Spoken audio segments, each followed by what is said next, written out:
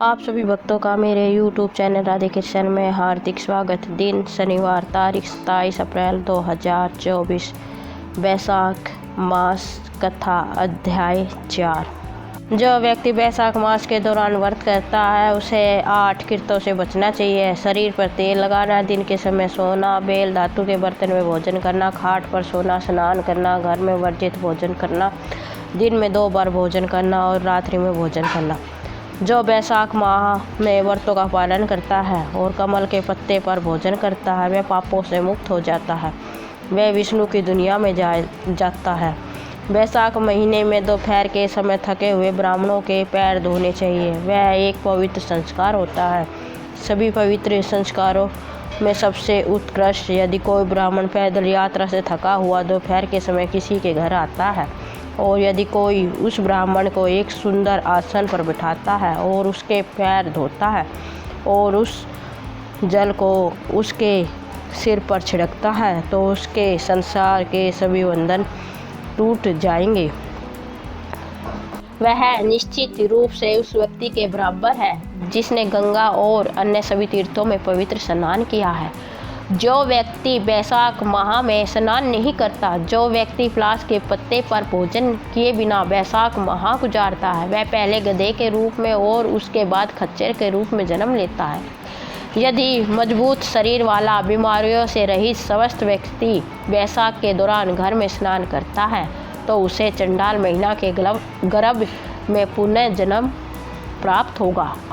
हे राजा, यदि कोई व्यक्ति बैसाख के महीने में सूर्य मेष राशि में हो बाहर अर्थात नदियों, झीलों आदि में स्नान नहीं करता तो वह 100 बार कुत्ते के रूप में जन्म लेगा। यदि बैसाख का महीना निर्धारित स्नान और दान के बिना बीत जाता है तो व्यक्ति निश्चित रूप से भूत बन जाएगा। बैसाख मास के पवित्र संस्कारों का पालन न करने से मनुष्य अधोगति को प्राप्त होता है। लोभी मन वाला मनुष्य जो बैसाख माह में जल और पका हुआ भोजन नहीं चढ़ाता उसके पाप और दुख कभी नष्ट नहीं होते, इसके बारे में कोई संदेह नहीं है।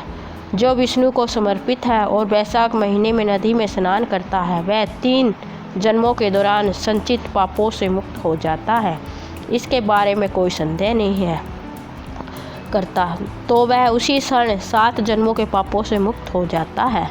गंगा, बूढ़ी गंगा, कालिंदी, यमुना, सरस्वती, कावेरी, नर्मदा और वेणी, कृष्णा, इन 7 गंगा के रूप में महिमा मंडित किया गया है। जो मनुष्य सुबह सुबह 7 गंगाओं में से किसी एक में पवित्र स्नान करता है वह करोड़ों जन्मों के पापों से मुक्त हो जाता है, इसमें कोई संदेह नहीं है। जो व्यक्ति बैसाख महीने के दौरान सुबह पानी के प्राकृतिक जलाशयों में पवित्र स्नान करता है वह अपने जन्म के बाद से किए गए पापों से मुक्ति पा जाएगा, इसमें कोई संदेह नहीं है। जो बैसाख के आगमन पर प्रातःकाल घर के बाहर कुएं पर स्नान करता है उसके महान पाप नष्ट हो जाते हैं। यह निश्चित है कि गंगा सहित सभी नदियाँ बाहर जल पात्रों में विद्यमान है, भले ही वह गाय के खुरों से बने गड्ढों के समान छोटी ही क्यों ना हो। जो इसे जान लेता है उसे सभी तीर्थों से भी अधिक लाभ मिलता है। दूध पानी से श्रेष्ठ है। हे राजा, दही दूध से श्रेष्ठ है और घी दही से श्रेष्ठ है। उसी प्रकार कार्तिक अन्य महीनों में श्रेष्ठ है, माघ महीनों में कार्तिक से श्रेष्ठ है और बैसाख माघ से श्रेष्ठ है। उस महीने में किया गया पवित्र अनुष्ठान बरगद के पेड़ के सूक्ष्म बीज की तरह एक बड़े पेड़ में विकसित होता है। एक आदमी अमीर या बेहद गरीब या आश्रित हो सकता है, लेकिन उसे जो भी वस्तु मिलती है उसे ब्राह्मण को दे देनी चाहिए, चाहे वह कंद, जड़, फल, सब्जी, नमक, गुड़, बेर, फल, पत्ता, पानी या छाल हो। यह अनंत लाभ के लिए अनुकूल है। मनुष्य को कहीं भी कुछ नहीं मिलता यदि वह उसके पहले द्वारा न दिया गया हो, यहाँ तक कि ब्रह्मा सहित देवताओं से भी नहीं। जिसने कभी दान नहीं दिया वह दरिद्र हो जाएगा। दरिद्रता के कारण वह पाप करता है, पाप के कारण वह नरक में गिरता है। इसलिए खुशी की इच्छा रखने वाला व्यक्ति धर्मार्थ उपहार देना चाहिए। जिस प्रकार सभी अच्छे गुणों से युक्त घर माल से रहित नहीं होता, उसी प्रकार सभी महीनों में किए गए पवित्र अनुष्ठान और पवित्र अनुष्ठान व्यर्थ हो जाते हैं। यदि वैशाख महीने के व्रत न किए जाए तो देखा कि एक लड़की के रूप में वासना भले ही सभी अच्छे गुणों और विशेषताओं से संपन्न हो, चमकती नहीं है। यदि उसके पास जीवित पति नहीं है तो वह एक पवित्र संस्कार भी सभी सहायक तत्वों के साथ हर विवरण में परिपूर्ण हो सकता है, लेकिन वे जानते हैं कि यदि ऐसा है तो यह व्यर्थ वैशाख व्यर्थ वंचित है।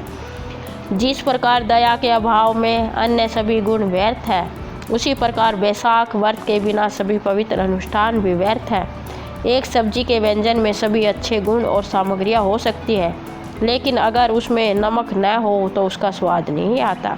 इसी प्रकार वैशाख से असमृद्ध किसी सराहनीय कार्य का सहारा अच्छे लोगों को नहीं लेना चाहिए, न ही यह अच्छे की प्राप्ति के लिए अनुकूल है।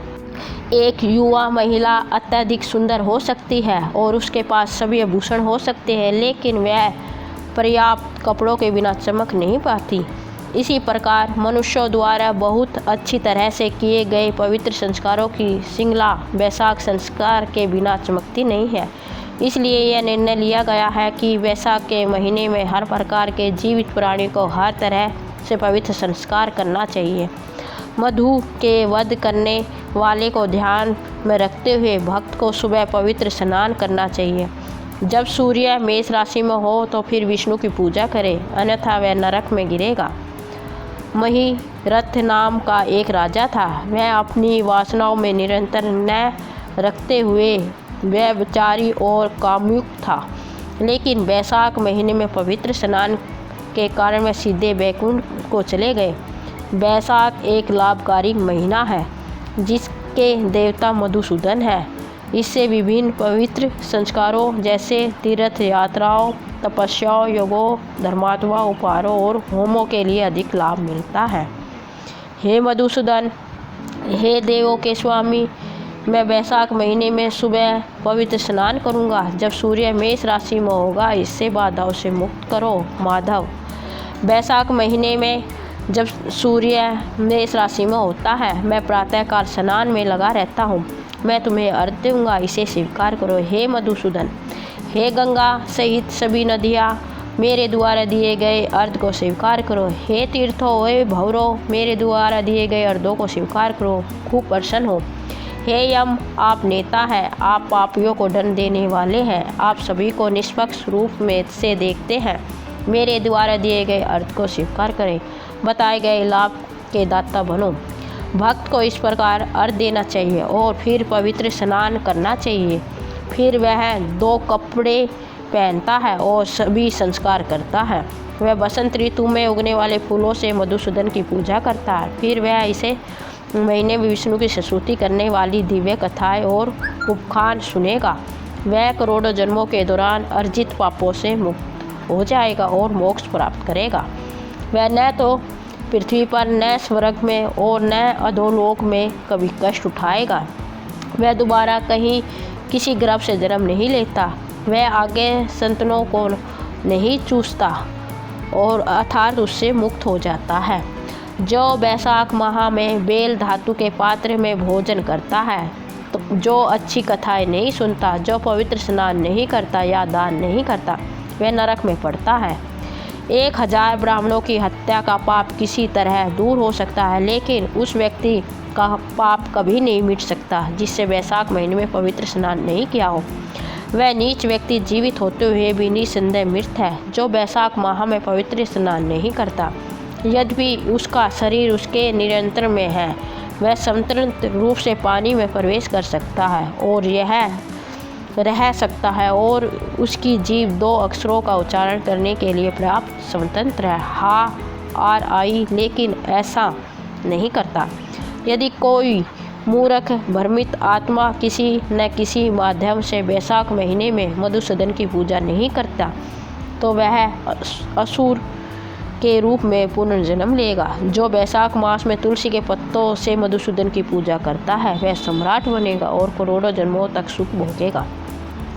बाद में वह अपने परिवार के 1 करोड़ सदस्यों के साथ विष्णु के साथ सायुज्य प्राप्त करता है। भक्त को भक्ति के विभिन्न मार्गों के माध्यम से सगुण निर्गुण विशेषताओं के साथ या बिना दोनों विष्णु की सेवा करनी चाहिए। वह किसी और चीज़ पर ध्यान न देकर सदैव उसका ध्यान करे। बैसाख में क्या ना करे और क्या करे की गणना करे। बैसाख के व्रत आदर्शों के उल्लंघन के लिए दंड का वर्णन करता है। सुबह के स्नान में सराहनीय प्रभाव का वर्णन करता है। खासकर किसी के घर के बाहर बैसाख में संस्कारों का पालन करने का महत्व। महिरथ की कहानी के लिए पातालखंड राजा ने अपना आचरण सुधारा और बैसाख संस्कार किया। मृत्यु के बाद उन्होंने नरक देखने की इच्छा व्यक्त की। जब वह दर्शन करने गया तो नरकीय प्राणियों को प्रसन्नता हुई। उनकी दुर्दशा देखकर राजा ने बैसाख अनुष्ठान का पुण्य अर्पित किया और फिर नरकीय प्राणी स्वर्ग चले गए और उनकी मुक्ति के बाद ही राजा वैकुंठ धाम के लिए सहमत हुए। जय श्री हरि भगवान की, जय विष्णु भगवान की। आप सभी को मेरा वीडियो कैसा लगा कमेंट बॉक्स में अवश्य बताएं। मेरे वीडियो को लाइक शेयर और चैनल को सब्सक्राइब करें। धन्यवाद।